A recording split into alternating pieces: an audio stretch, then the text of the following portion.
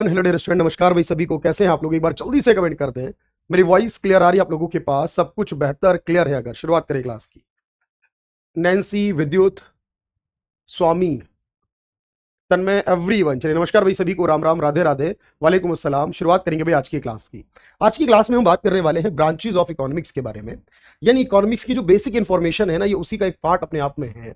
और हम ब्रांचेस यानी कि जो इकोनॉमिक्स का डिवाइडेशन हम करते हैं, बेसिकली आपको याद होगा कि मैंने आपसे कहा कि इकोनॉमिक्स को हम माइक्रो और मैक्रो के दो पार्ट में डिवाइड करते हैं, लेकिन इसके अलावा और भी ब्रांच होती हैं। मैं उसके बारे में भी आपसे बात करने वाला हूं। ये ब्रांचेस ऑफ इकोनॉमिक्स हैं, यानी कि अर्थशास्त्र की जो शाखाएं हैं, हम उस बारे में बात करेंगे। लेकिन इससे पहले मैं आपकी शुरुआत करूं आज की क्लास की, पहले आप लोगों से कुछ सवाल कर रहा हूं। बिल्कुल मुझे बताइएगा, क्योंकि हमने कल जब पढ़ी, शुरुआत करी क्लास की, इससे पहले जो बेसिक इन्फॉर्मेशन पे बात करी हमने इससे पहले, तो उसमें आपसे मैंने कहा जैसे इकोनॉमिक्स के फादर तो याद है एडम स्मिथ है। माइक्रो इकोनॉमिक्स के फादर कौन है याद करो, तो अल्फ्रेड मार्शल है। मैक्रो इकोनॉमिक्स के फादर कौन है, तो आपको पता है जेम कीन्स, जॉन माइनार्ड कीन्स हैं। माइक्रो और मैक्रो टर्म्स किसने दिए, वो व्यक्ति रैगनर फ्रिश है। इकोनॉमिक्स शब्द कहां से ड्राइव हुआ, वो यूनानी भाषा से, ग्रीक लैंग्वेज से हुआ, जिसे ओइकोनोमिया कहा जाता था। इकोनॉमिक्स का ओरिजिन क्यों हुआ है, क्योंकि संसाधन सीमित है और इच्छाएं असीमित हैं। और साथ ही इकोनॉमिक्स का मतलब क्या है, इसका मतलब है संसाधनों का मैनेजमेंट करना या संसाधनों को एफिशिएंटली यूटिलाइज करना, है ना भाई। ये सारी चीजें हम जानते हैं, लेकिन आज हम यही आगे बढ़ाएंगे पार्ट। हम सीखेंगे माइक्रो में क्या होता है और मैक्रो में क्या होता है, और उसके साथ ही हम ये भी जानेंगे इसकी प्रैक्टिस करके किस तरह के क्वेश्चन हमसे पूछे जा सकते हैं और हमें कैसे आइडेंटिफाई करना होगा क्वेश्चन के अंदर, कैसे एलिमिनेट करना होगा, ये सारी बात बताऊंगा। होपफुली सब कुछ बढ़िया है, क्लियर है। शुरू करते हैं भाई आज की क्लास में। देखिए सबसे पहले मैं बात करूंगा कि भाई माइक्रो इकोनॉमिक्स क्या, थोड़ा सा टाइम लगेगा इन चीजों में, लेकिन आप आराम से इन चीजों को सुनिए, पहले समझिए, फिर हम आगे बढ़ेंगे इस पर लेकर। तो पहला पार्ट हमारे पास है माइक्रो इकोनॉमिक्स,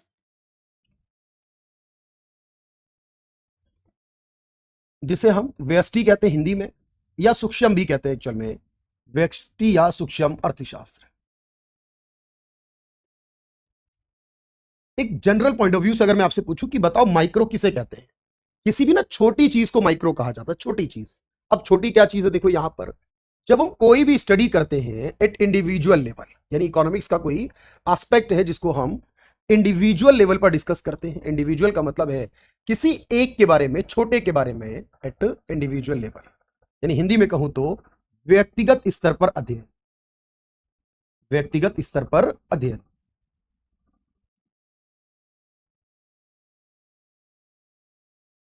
व्यक्तिगत क्या होता है समझो, देखो जब हम कोई स्टडी कर रहे हैं, मान लीजिए किसी पर्सन के बारे में, मतलब कोई एक व्यक्ति है, हम उसके रिगार्डिंग कोई बात कर रहे हैं कि इस व्यक्ति ने ये काम किया, तो किसी व्यक्ति से बारे में बात हो, बात किसी कंपनी के बारे में हो कि हमने कहा इस कंपनी के द्वारा कोई भी काम किया गया, उस कंपनी के द्वारा कोई काम किया गया हो। और कंपनी को ही फर्म भी कहते हैं, याद रखना, तो कंपनी या फर्म के बारे में हो, कंपनी या फर्म के बारे में। या कोई बात जैसे किसी इंडस्ट्री के बारे में हो, किसी उद्योग के बारे में, उससे रिलेट करती हो, तो उद्योग से संबंधित भी माइक्रो में आती है।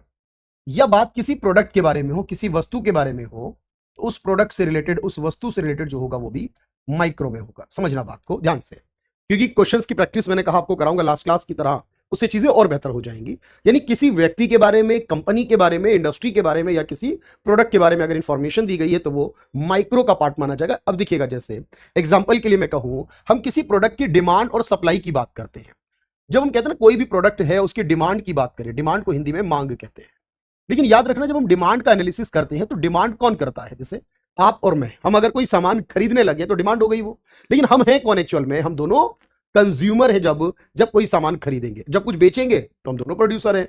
अच्छा, मैं आपको यहां कुछ बेचूं अगर, तो मैं बेचने वाला प्रोड्यूसर, अगर आप खरीद रहे हो तो आप कंज्यूमर। तो इसीलिए कई बार ना सवालों को ऐसे नहीं पूछता। तो अगर मैं कहूं डिमांड यानी कि कंज्यूमर का बिहेवियर, जो इंसान, जो उपभोक्ता है, अगर हम उसके बिहेवियर को पढ़ रहे हैं कि कंज्यूमर कैसा होता है, क्या खरीदता है, क्या बेचता है, उपभोक्ता का व्यवहार डिस्कस कर रहे हैं हम लोग, तो उसका पार्ट किसका होगा बताओ मुझे, तो उपभोक्ता व्यवहार जो होगा ये माइक्रो का पार्ट होगा। इसी तरह अगर मैं बात करूं सप्लाई के बारे में, सप्लाई को हिंदी में हम पूर्ति कहते हैं। और जो पूर्ति है बेसिकली हमारी, ये बेचने वाला है, और इस बेचने वाले को क्या बोलते हैं, इसे प्रोड्यूसर बोलते हैं। यानी हम बेचने वाले का बिहेवियर, उसके बारे में एनालिसिस कर रहे हैं सप्लाई के बारे में, तो वो हमारा माइक्रो का ही पार्ट होगा। अगर हम बात कर रहे हैं प्रोडक्शन के बारे में, बेसिकली कोई भी कंपनी है और वो कोई प्रोडक्ट करती है, कोई प्रोडक्शन करती है, कोई इंसान यानी कंज्यूमर है, कोई इंसान कंजम्पशन करता है यानी कि खर्च करता है। आपको पता होना चाहिए भाई, कोई सामान बन रहा है, कोई वस्तु बन रही है, यानी किसी चीज का उत्पादन हो रहा है, उसी की सप्लाई भी होगी, या किसी चीज की डिमांड है तो उसको खरीदेंगे, उसका उपभोग करे जाएगा, ये भी आपका इसी के अंदर आता है। जैसे हम बात करते हैं कोई भी कंपनी के सेल्स को लेकर कि भाई इतनी सेल्स हुई, अब सामान्यतः बिक्री किसी वस्तु की होती है ना भाई, तो किसी चीज की बिक्री की बात हो रही है, कोई कंपनी है उसके प्रॉफिट की बात हो रही है, उसके लाभ की बात हो रही है, कोई वस्तु है उस वस्तु की कीमत की बात हो रही है, प्राइस की बात हो रही है, किसी वस्तु की कीमत की बात हो रही है। तो अभी आपको ना एनालिसिस करना पड़ता है कि कभी कभी क्या होता है, हम जब सीखते हैं ना चीजों को, हमें बहुत सारी चीजें मिलती हैं, किसी वेजिस के बारे में यानी कि मजदूरी के बारे में बात हो रही है कि किसी इंसान ने कोई काम किया तो उसको क्या मजदूरी मिलेगी। तो इस तरीके से अगर आप ध्यान से देखो तो ये चीजें हमारी माइक्रो का पार्ट है। लेकिन मैं एक सवाल पूछूं आपसे कि जैसे मैं आपसे कहा कि प्राइस, अमूमन कोई भी प्रोडक्ट है उसकी अपनी एक कीमत होती है, उसे प्राइस कहते हैं, कीमत कहते हैं। ये तो एक वस्तु की है ना भाई, आप कोई भी सामान खरीदोगे तो यही होगा, एक वस्तु की कीमत। लेकिन मैं कह दूं एवरेज प्राइस यानी औसत कीमत, ध्यान रखना इस बात को, जब हम किसी चीज का एवरेज निकालते हैं ना, तो वो एवरेज एक का नहीं होता, वो एवरेज हमेशा एक से ज्यादा का होता है। भाई एवरेज के लिए कितना चाहिए? एवरेज के लिए भाई हमें कम से कम दो या दो से ज्यादा चाहिए ना, बोलो हाँ या ना। जब दो चाहिए या दो से ज्यादा चाहिए तो ऑब्वियस है वो एक से अबव हो गया, तो बड़ा कंसेप्ट हो गया वो, क्योंकि भाई हम जैसे राष्ट्रीय आय निकाल रहे हैं पूरे देश की है, लेकिन जब हम औसत आय निकाल रहे हैं वो भी पूरे देश की है, क्योंकि औसत का मतलब क्या, हम सब लोगों की औसत आय या सारी वस्तुओं की औसत कीमत, सारी चीजों की कीमत होती है जो वो औसत है। तो इनमें से अगर हम कोई स्टडी करेंगे तो क्या कहलाएगी? माइक्रो। बात क्लियर होनी चाहिए। नोट करना है? बिल्कुल कर रहे हैं, साथ में कर लीजिए इसे। फिर मैं मैक्रो कराता हूं और उसके बाद मैं आपको क्वेश्चन कराऊंगा। बस इतना ही टाइम मैं आपसे मांग रहा हूं कि इसके बाद आप पहले मैक्रो पढ़ ले, फिर क्वेश्चन कर ले, थोड़े से 4-5 आइडिया हो जाएगा एग्जाम में क्या पूछता है। ठीक है, चलो इसे डन करो एक बार और कमेंट कर देना भाई डन का।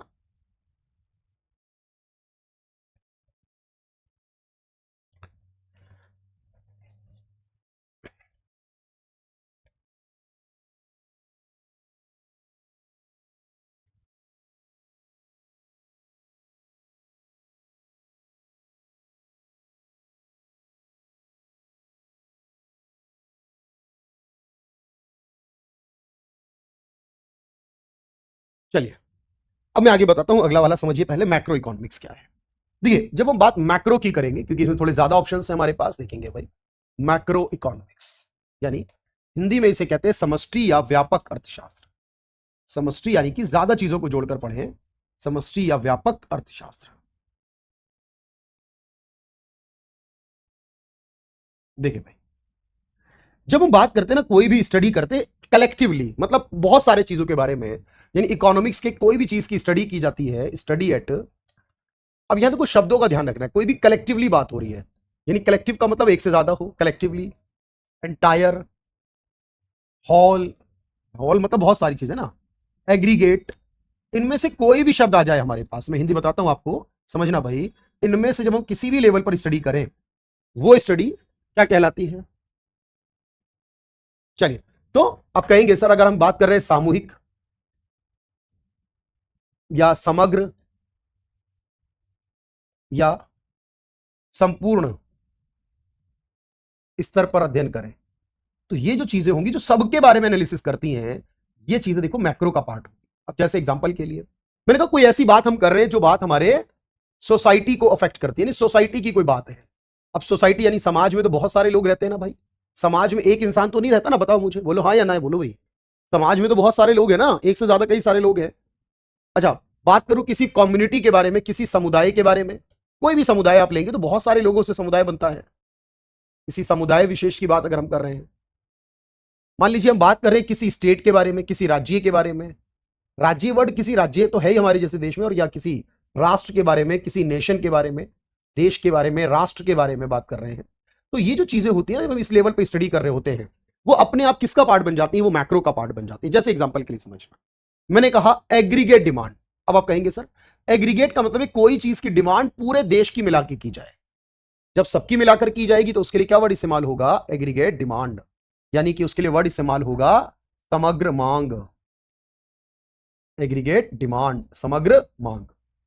इसी तरह हम बात करेंगे एग्रीगेट सप्लाई, जब हम इसके लिए कोई वर्ड बनाएंगे तो उसके लिए क्या वर्ड इस्तेमाल करेंगे? एग्रीगेट सप्लाई, समग्र पूर्ति। अब नाम से ही क्लियर है सर, क्योंकि आपने बताया कि एग्रीगेट वर्ड आएगा वो सबको मिलाकर बात करेगा। जैसे मैंने कहा ग्रॉस डोमेस्टिक प्रोडक्ट, जिसे जीडीपी कहते हैं एक्चुअल में, इसका मतलब है पूरे देश का, पूरे राज्य का प्रोडक्शन ग्रॉस डोमेस्टिक प्रोडक्ट। ये सब पढ़ाऊंगा आगे चलकर मैं, लेकिन अभी बस इतना दिमाग में रखना है कि सर जब बात आपने करी सकल वर्ड की, क्योंकि इसमें सब कुछ आ गया ना, समग्र, सकल, सामूहिक, समग्र, कुछ भी कह लो, तो जो सबको मिलाकर बनेगा वो हमारा जीडीपी। जैसे जीडीपी किसकी होती है? जीडीपी इंडिया की है, पाकिस्तान की है, अमेरिका की है, बांग्लादेश की है, रशिया की है, सारे पड़ोसी देश है, दुनिया के किसी भी देश की जीडीपी है, यूपी की है, बिहार की है, बंगाल की है, हर एक राज्य की जीएसडीपी कहते हैं, उसमें एस लगा देते हैं बस, पर होती तो वो भी वही चीज है ना।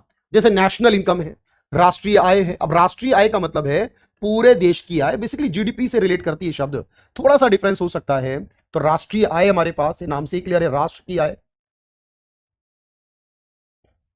अब यहां ये बात याद रखना, पर कैपिटा इनकम या एवरेज इनकम, क्योंकि होता यही है ना कि प्रति व्यक्ति या औसत आय, क्योंकि अमूमन हम क्या सोचते हैं ना, प्रति व्यक्ति का मतलब होता है एक व्यक्ति की। नहीं मेरे भाई, प्रति व्यक्ति हो यानी कि इसका मतलब है वो एक से ज्यादा व्यक्तियों की है, क्योंकि आपको बहुत सारे लोगों का एवरेज निकालना पड़ेगा। तो प्रति व्यक्ति या औसत आय, ध्यान रखना, औसत वर्ड हमेशा मैं बार बार इस हाईलाइट कर रहा हूं, क्यों कर रहा हूं, अभी क्वेश्चन दिखाऊंगा मैं आपको। औसत आय, जैसे मैंने कहा आपसे औसत कीमत, सिर्फ कीमत कह दूं तो किसी वस्तु की होगी, लेकिन जब मैं एवरेज लगा दूं उस कीमत में, तो वो हमेशा औसत कीमत होगी, एक से ज्यादा की होगी, औसत कीमत हो जाएगी। बोलो हाँ, है ना भाई, औसत कीमत। अच्छा, इसी तरह से मैं कहूं इन्फ्लेशन, अब महंगाई आएगी। महंगाई किसी एक वस्तु की कीमत बढ़ना नहीं है, महंगाई का मतलब है हमारा महीने का जो खर्चा था वो एवरेजली बढ़ जाना, या महीने का खर्चा कम हो जाना, तो डिफ्लेशन होता उल्टा। मतलब महंगाई बढ़ेगी तो सबके लिए, घटेगी तो सबके लिए, भाई बढ़ना और घटना सबके लिए होगा ना, बोलो हाँ। तो अगर मैं कहूं मुद्रास्फीति या महंगाई, तो भाई ये मैक्रो है ना, सबके लिए आएगी। मुद्रास्फीति या महंगाई सबके लिए आएगी भाई, किसी एक के लिए तो नहीं आ सकती ना। अगर मैं कहूं गरीबी और बेरोजगारी,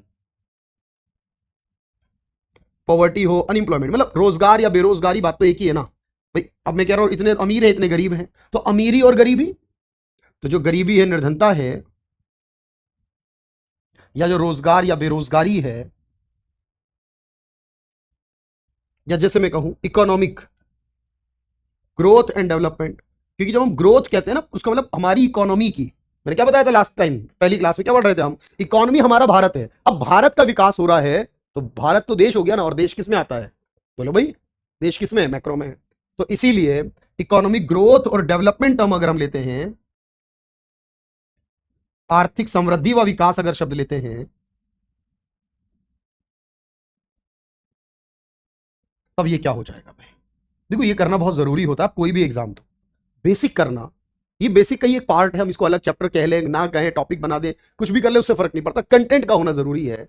तो ब्रांचेस के अंदर लगभग हमें यह बात पता हो कि जब हम इसको डिवाइडेशन करें, हम इसका क्लासिफिकेशन करें, तब हमें ये पता हो कि कौन कौन सी चीज किस कैटेगरी में आती है। तो होपफुली ये बात आपको समझ में आ रही होगी मेरी। अच्छा, इसमें आपको बहुत अच्छे से ये बात क्लियर होनी चाहिए पहले तो, कि जब हमने ब्रांचेस के बारे में देखा कि क्या कुछ कहलाएगा किसके अंदर, ग्रोथ, डेवलपमेंट, इनकम, एवरेज, गरीबी, बेरोजगारी, हर एक चीज, जब हम कोई भी कंट्री के रेस्पेक्ट में बात करेंगे, तो वो हमारा क्या हो जाएगा, वो मैक्रो। एक बार डन करें, पहले मैं क्वेश्चन कराऊंगा, मुझे पता है आप लोग बहुत बेचैन रहते हैं ना क्वेश्चन के लिए, पिछली क्लास में भी दिख रहा था मुझे।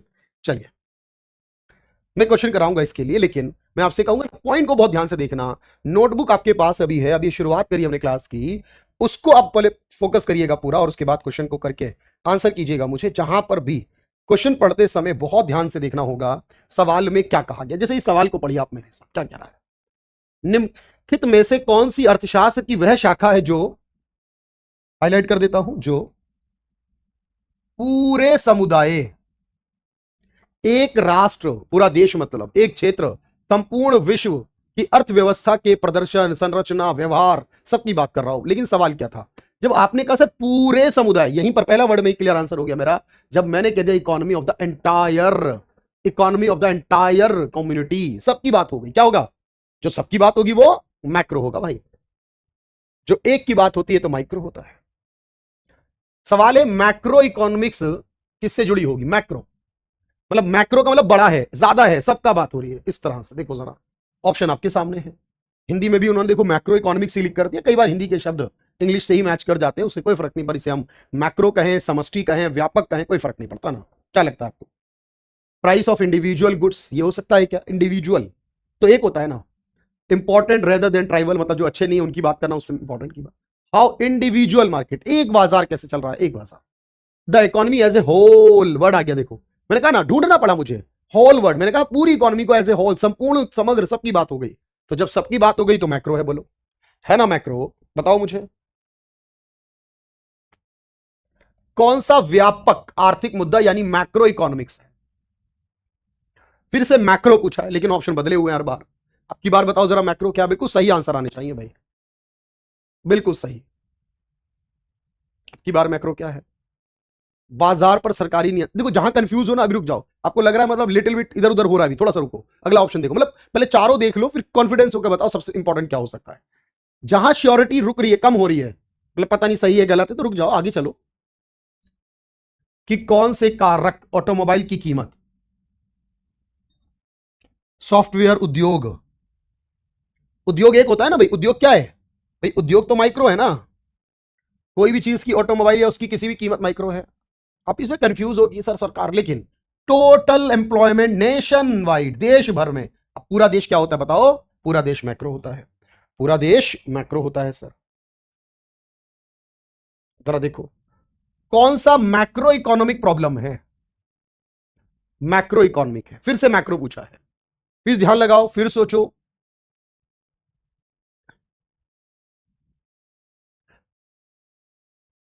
बताएं भाई, मोहित, प्रतिज्ञा, पवन, चलिए भाई, नैन्सी, एवरीवन बताते रहिए। क्या लगता है आपको आंसर? तो याद रखो, प्लम्बर चौकीदारों से ज्यादा कमाते हैं। कुछ डाउट लग रहा है? औसत, औसत वर्ड आ गया ना, औसत तो छोड़ ही नहीं सकता मैं। औसत, एवरेज, मुझे पता है कुछ होना पर ये तो होगा भाई। औसत तो मैक्रो है ना, मैंने क्या कहा था? एक चीज की कीमत माइक्रो है, एक इंसान की इनकम माइक्रो, लेकिन औसत आय हो जाए या औसत कीमत हो जाए तो मैक्रो है। एक सवाल और, एक और लेता हूं जरा, देख रहे अच्छे अच्छे सवाल आपको मिलेंगे, सवाल बहुत सारे मिलेंगे, थोड़ा एक दो माइक्रो और मैक्रो को जरा देख लें, क्या लगता है आपको और मुझे बताना। थोड़ा ना प्रैक्टिस जरूरी है इस पॉइंट में, ये ऐसा चैप्टर है जो प्रैक्टिस से क्लियर होता है, ठीक है। राष्ट्रीय दृष्टिकोण से क्या सूक्ष्म दृष्टिकोण को दर्शाता है? क्या है इनमें जो सूक्ष्म की बात करता है, सूक्ष्म दृष्टिकोण को दर्शाता है?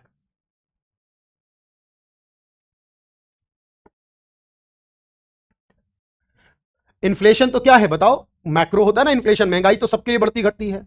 प्रति व्यक्ति आय मैक्रो होता है सर, सबके लिए होता है प्रति व्यक्ति आय। अनएम्प्लॉयमेंट सबके लिए होता है, बेरोजगारी की बात करना, रोजगार बेरोजगारी। किसी कंपनी की स्टडी करना कि उसकी सेल्स कितनी है, कोई भी कंपनी हो। टिस्को क्या है देखो मैं बता दूं, टिस्को का मतलब है Tata iron and steel corporation, मतलब एक कंपनी, सीधी सी बात है, टाटा की एक कंपनी, आयरन और स्टील की कंपनी। पर कंपनी मैंने कहा कोई सी हो, उसकी सेल्स, उसका प्रॉफिट, उसकी लागत, उसकी बिक्री क्या है, उसका रेवेन्यू क्या, उसकी इनकम क्या है उस कंपनी की, तो सारी चीजें माइक्रो होती है हमेशा।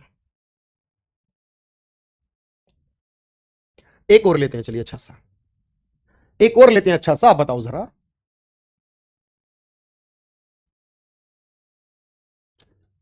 देखो पहला वर्ड क्या कह रहा, व्यक्तिगत निर्णय, इंडिविजुअल्स, बिहेवियर ऑफ इंडिविजुअल। अगर किसी ने दिमाग लगाया ना, तो आप कहते हैं ना बहुत जल्दी जल्दी जीएस करते हैं, जीके करते, क्यों करते हैं? अगर दिमाग लगा के सवाल करा तो व्यक्तिगत निर्णय, जैसे इकाई उपभोग क्या, उत्पादन कितना, एक के बारे में, बस एक के बारे में, तो एक के बारे में जो होता है उसे माइक्रो कहते हैं, एक के बारे में जो होगा उसे माइक्रो कहते हैं। तो एक के बारे में हमेशा माइक्रो। तो इस तरीके की चीजें आपके पास या बड़ी जबरदस्त तरीके से समझ में आ रही होंगी, लेकिन मैंने कहा ना ये चैप्टर ऐसा है जहां प्रैक्टिस की डिमांड है, विदाउट प्रैक्टिस समझ में नहीं आता आपको ये, इसलिए मैंने सिखाया। अब मैं आपको जो बता रहा हूं जरा उसको समझना। यहां पर मैंने आपको बताया माइक्रो का फादर कौन है, मैक्रो की स्टडी का फादर ऑलरेडी बता चुका हूं मैं आपको, लेकिन एक और चीज बताता हूं। देखो जब जब हम बात करते हैं ना माइक्रो की, तो एक बात याद रखना कि माइक्रो इकोनॉमिक्स में, यानी व्यष्टिगत अर्थ, जो अर्थशास्त्र है हमारा माइक्रो इकोनॉमिक्स है, जब हम कहते हैं ना प्राइस थ्योरी, यानी कोई भी चीज की प्राइस की बात मैंने करी, बोलो प्राइस थ्योरी, यानी मूल्य सिद्धांत। तो हमेशा याद रखना कीमत यानी मूल्य, वैसे मैं बता चुका, फिर भी मैं अलग से इसलिए लिखवा रहा हूं, अलग से पूछेगा एग्जाम में। तो मूल्य सिद्धांत किसका है? तो हमेशा याद रखना माइक्रो में। और साथ ही अब मैं आपको बता दूं, जब हम किसी प्रोडक्ट के बारे में बात कर रहे हैं, उसकी कीमत के बारे में या उसकी मजदूरी, वेज सिद्धांत, यानी उसकी मजदूरी का जो सिद्धांत है, ये हमेशा किसका पार्ट होंगे?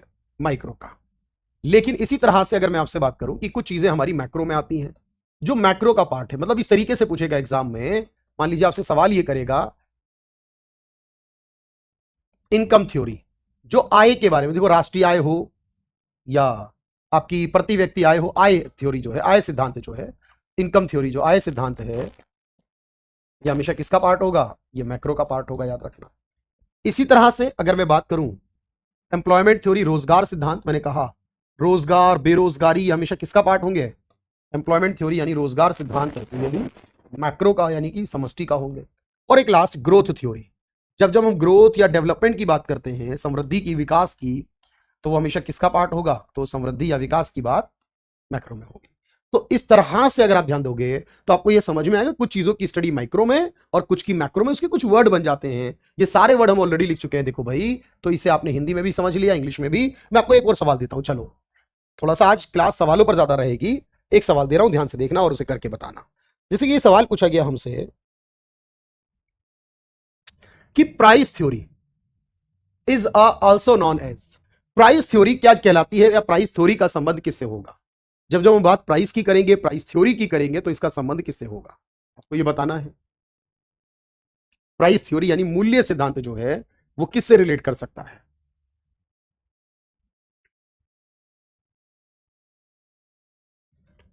तो देखो, प्राइस के बारे में जो बात है, मैंने क्या बताया आपको, माइक्रो के बारे में होगी ना भाई। प्राइस के बारे में बात किसके लिए होगी? माइक्रो के लिए होगी। अच्छा, जैसे कि मैंने कहा इनकम, आय और रोजगार वाला सिद्धांत किसका पार्ट है? देखो ये सब सवाल हमारे पास हैं। आय और रोजगार का सिद्धांत क्या होगा? तो आय और रोजगार का जो सिद्धांत है वो किससे रिलेट करता होगा, वो बताएं मुझे। तो याद रखना, ये आय और रोजगार के विषय में जो बात होगी, ये बात किससे रिलेट करती है? तो ये बात मैक्रो से रिलेट करती है। तो इस तरीके से हमारे पास कुछ माइक्रो है, कुछ मैक्रो है, एंड ओवरऑल हम स्टडी करते हैं। तो इसको भी एक बार नोट कर लें। कुछ मिस है तो बताएं मुझे, सारी चीजें लगभग क्लियर होंगी।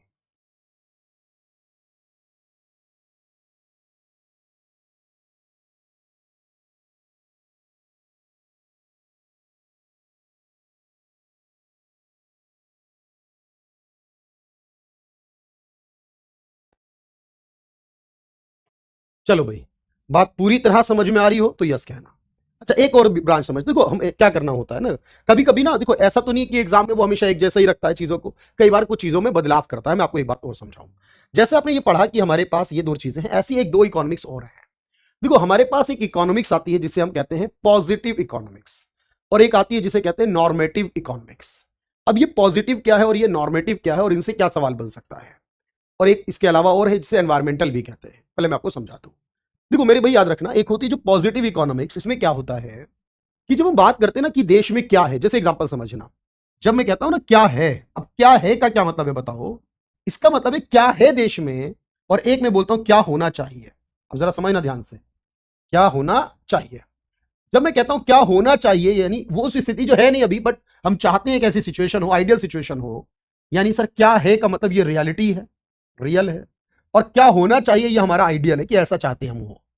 अब मैं आपसे कहूं, जैसे देश में गरीबी है, देश में बेरोजगारी है, लेकिन आप कहेंगे सर ये है, सरकार को बेरोजगारी, गरीबी, महंगाई कम करने के उपाय करने चाहिए।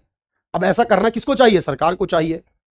या देश में महंगाई नहीं होनी चाहिए, देश में बेरोजगारी नहीं होनी चाहिए, देश में रोजगार होना चाहिए। जब चाहिए लग जाता है ना किसी वर्ड में, तो उसका मतलब वो हो जाती है नॉर्मेटिव इकोनॉमिक्स, और जो क्या है वर्ड है उसका मतलब है पॉजिटिव इकोनॉमिक्स। तो एक शब्द है क्या है और एक शब्द है क्या होना चाहिए, ये दो अलग अलग शब्द हैं। देखो जब भी आप स्टडी करते हैं, जैसे कि मैं आपको बताऊं एक सवाल के द्वारा, आपको आपको लिखना भी है, समझाऊंगा भी पूरी बात, लेकिन मैं कहता हूं ना समझ लो पहले ध्यान से। जैसे एग्जांपल के लिए समझना, लिखना नहीं, जरा 2 मिनट समझना। मैंने कहा जो बिल्कुल 100% सच बात हो वो, तो पॉजिटिव यानी सकारात्मक। क्या इसमें मतलब है स्टडी करना, व्हाट इज की स्टडी करना, क्या है का अध्ययन करना, जो 100% सत्यापित हो, मतलब हाँ सच बात है, बिल्कुल रियल सिचुएशन है ये। मतलब ये क्या है, देश की रियल कंडीशन कैसी है, वास्तविक स्थिति कैसी है। जैसे देश में गरीबी व बेरोजगारी है, देश में आय असमानता, मतलब कोई अमीर कोई गरीब है, देश में अधिक मुद्रा आपूर्ति, यानी अगर बहुत ज्यादा पैसा हो जाए देश में, सबके पास पैसा हो जाए, तो देश में कीमतें भी बढ़ेंगी, महंगाई भी बढ़ेगी। बात 100% सच है। मुद्रास्फीति ज्यादा होगी तो महंगाई भी ज्यादा होगी। और बेरोजगारी एक कारण है गरीबी का, ये बात भी सही है, लोग बेरोजगार है, काम नहीं है, तो गरीब है, पैसा ही नहीं है। तो अब ये बात समझने की जरूरत थी कि क्या है के बारे में है, लेकिन फिर सवाल आता है क्या होना चाहिए। मैं लिखवाऊंगा, 1 मिनट देना मुझे। क्या होना चाहिए, जब मैं ये कहता हूं ना कि आइडियल सिचुएशन में हम जाएं, आदर्श स्थिति को ढूंढ कर लाएं कि क्या होना चाहिए या नहीं होना चाहिए, चाहिए शुड बी और नॉट बी, तो इसे कहते हैं जैसे सरकार को गरीबी व बेरोजगारी दूर करनी चाहिए, देश में आय असमानता नहीं होनी चाहिए, सरकार और आरबीआई को मुद्रास्फीति नियंत्रित करनी चाहिए, भारत सरकार को सभी को खाद्यान्न यानी खाना पीना अनाज उपलब्ध कराना चाहिए। चाहिए ना? अब जो चाहिए ये आइडियल सिचुएशन है, और जो अभी है वो हमारी रियल सिचुएशन है। तो जो चीजें रियल हैं हमारे पास, जो वास्तविक सिचुएशन है, किसी भी समाज की, देश की जो वास्तविक स्थिति, जो 100% सत्यापित है, जो वास्तविक स्थिति है,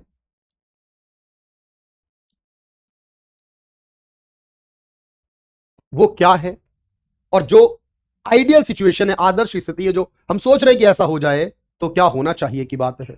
अब इसको नोट करें आप एक बार, और पहले पॉजिटिव को कर ले, फिर नॉर्मेटिव कर लेना, फिर मैं प्रैक्टिस भी करा दूंगा। बस मुझे 1 मिनट देना, पहले आप इसे लिख लो।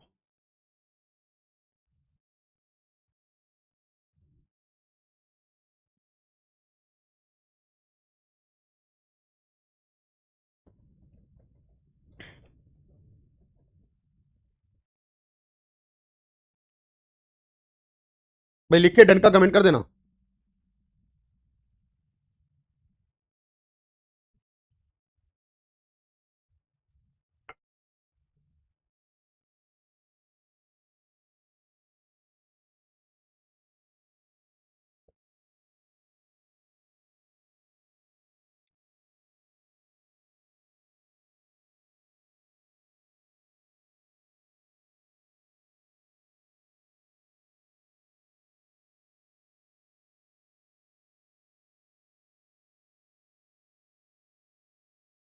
चलिए, डन है भाई।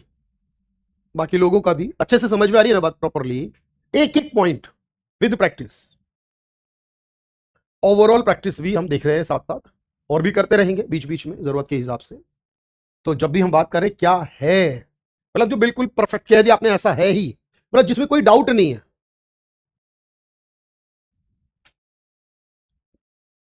अच्छा, ये वाला लिखना है। नॉर्मेटिव जो होना चाहिए को रिप्रेजेंट कर रहा है, कि ऐसी स्थिति होनी चाहिए या ऐसी स्थिति नहीं होनी चाहिए की बात कर रहा है, उसके बारे में।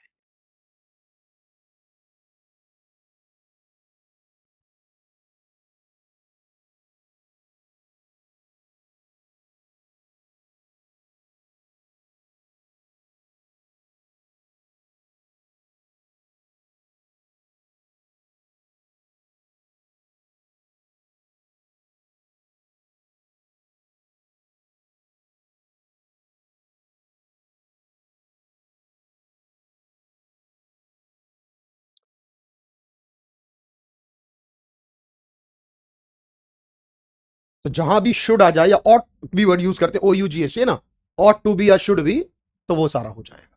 मैं चलो आपको एक क्वेश्चन भी दिखाता हूं, अगर आपने लिख लिया है तो डन भी कर दीजिए एक बार। मैं क्वेश्चन दिखाता हूं आपको। जैसे पूछा है, सकारात्मक अर्थशास्त्र किससे संबंधित है? तो जब हम बात कर रहे हैं ना सकारात्मक वर्ड की, सकारात्मक क्या है, तो क्या है बताओ? सकारात्मक अर्थशास्त्र। तो इसका मतलब है व्हाट इज, और व्हाट ऑट टू बी क्या है? नॉर्मेटिव, यानी आदर्शात्मक। जब नॉर्मेटिव पूछता तो व्हाट ऑट टू बी, लेकिन सकारात्मक क्या है? What is. जैसे मैं एक सवाल लेता हूं, अच्छे से सवाल है, उन सवालों को आपको देखना होता है कि क्या पूछा गया है सवाल में, उसी के हिसाब से हम बात करते हैं कि ये चीज हमारे पास है या ये चीज हमारी होने की बात कर रहा है। जैसे कि इस सवाल को देखो, जब इसमें लिखा है एक ऑप्शन, धन और आय के वितरण में असमानता को कम किया जाना चाहिए, तो बताओ जरा चाहिए वर्ड कहां आता है? चाहिए वर्ड आता है नॉर्मेटिव में, यानी जहां भी आप नॉर्मेटिव का जिक्र करो वहां क्या चाहिए? चाहिए। अच्छा, जहां कहो कि अगर मुद्रा आपूर्ति बढ़ेगी तो इससे मूल्य वृद्धि का पता चलता है या पता चलेगा, अब जो नहीं है ही लगे, बात समझ में आएगी, तो सर वो पॉजिटिव है, क्योंकि बात वहां ये फिक्स हो रही है ना कि ऐसा होगा। अच्छा, महंगाई अच्छी है या सस्ताई, इसको लेकर डिबेट हो सकती है कि भाई कोई कहे नहीं महंगाई अच्छी है, कोई कहे नहीं महंगाई कम होना अच्छी बात है, तो मुद्दा हो गया है कि 100% सच नहीं हो सकता। ये व्यूज है अपने अपने, कि किसी के लिए ये अच्छा है, किसी के लिए वो अच्छा है, हर किसी की अपनी राय हो सकती है। लेकिन हमें ये पक्का पता है कि मनी सप्लाई बढ़ गई, मतलब पैसे ज्यादा आ गए, ज्यादा नोट छाप दिया आरबीआई ने, ज्यादा उधार ले लिया सरकार ने, तो महंगाई बढ़ेगी ही बढ़ेगी। इस तरीके से सोचो। तो जब आपने कहा इसमें अगर नॉर्मेटिव पूछता तो सी लगाते, लेकिन उसने तो पॉजिटिव पूछा है तो बी लगा देंगे।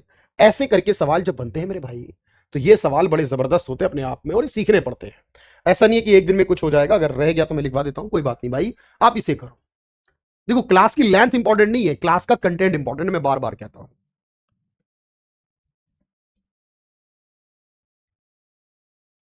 किसी का रह गया तो लिख लीजिए, और क्लास में ही नोट्स बनाने होते हैं आपको, हमेशा से क्लास में ही सीखना होता है सब कुछ, है ना?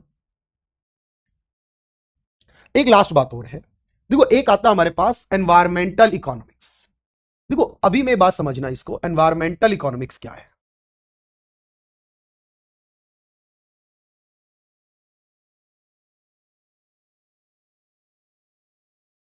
देखो इसका मतलब है पर्यावरणीय अर्थशास्त्र। अब इसका मतलब है जो बात पर्यावरण की हो और साथ में अर्थशास्त्र की हो, पर्यावरणीय अर्थशास्त्र।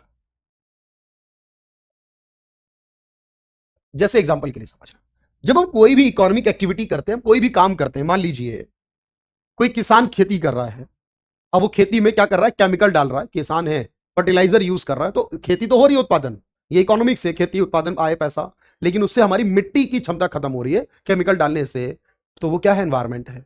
हमने कोई इंडस्ट्री लगाई, उससे उत्पादन बढ़ेगा, एक्टिविटी इकोनॉमिक्स की है, लेकिन उससे क्या होगा, पॉल्यूशन भी तो होगा ना, वो एनवायरमेंट है। मतलब इकोनॉमिक्स को एनवायरमेंट से जोड़ दिया। देखो ध्यान से, मतलब इस सवाल में अगर आप ध्यान से देखो, पहली बात, जब मैंने इकोनॉमिक्स को किससे जोड़ दिया, एनवायरमेंट से जोड़ दिया।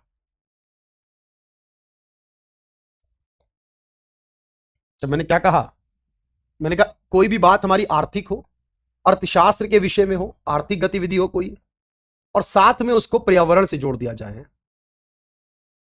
जैसे आपने कहा इंपैक्ट ऑफ, या इसमें देखो स्टडी ऑफ, इंपैक्ट ऑफ, या स्टडी अबाउट कह लो, स्टडी अबाउट लिख लो, अबाउट अच्छा रहेगा ना, study about impact of economic activities. जब आप कोई भी इकोनॉमिक काम करो, इकोनॉमिक गतिविधि करो, क्रिया करो, इकोनॉमिक एक्टिविटीज ऑन एनवायरमेंट,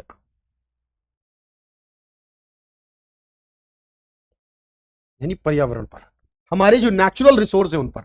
इसका मतलब है आर्थिक गतिविधि या क्रियाओं का